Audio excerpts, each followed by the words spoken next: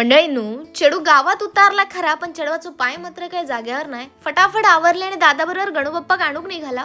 पण तुमका तर माहिती आमच्या दादा केसेशिवाय जमत नाही आणि माका ते एसीत वकल्याशिवाय जमत नाही. तर आमची जी गाडी चालू झाली ती जाऊन थांबली डायरेक्ट कुवळ्यात, कारण दरवर्षी आमचा गणूबाप्पा कुवळ्यात नाही येता. तर निघाला गणूबाप्पाच्या शाळेकडे. तर आमचा गणूबाप्पा तयारच होतो. तर काकान विडो आणि नारळ वगैरे ठेवल्यान, पण थोडीशी रंगरंगोटी बाकी होती. त्याच्यामुळे दादान बाकीचा भागवल्यान आणि म्हटलं आम्ही पुढे निघताव, तुम्ही पाठसून आमच्या बाप्पाक घेऊन येवा.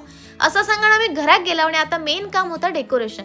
तर म्हणजे सकाळच्या व्हिडिओत बऱ्याच जणांनी कमेंट केले आणि की मुंबई कोणामुळे थांबत नाही, खाली होत नाही वगैरे वगैरे. तर अरे बाळांनो, मी असं काहीच नाही म्हटलंय.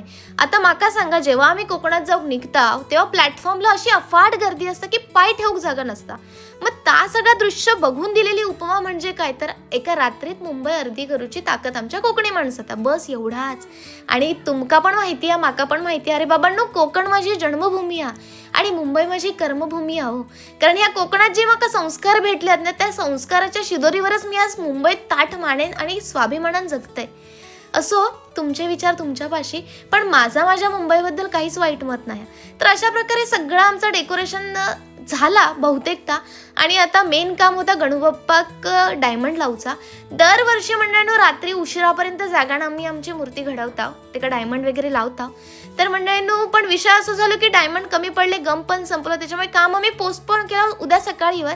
बाकी मंडपेक फुलेरो बांधूचा आणि थोडासा लाइटिंगचा काम होता, तर काकांनी फटाफट करून घेतल्याने आणि 4 वाजता अशा प्रकारे टकली टेकला.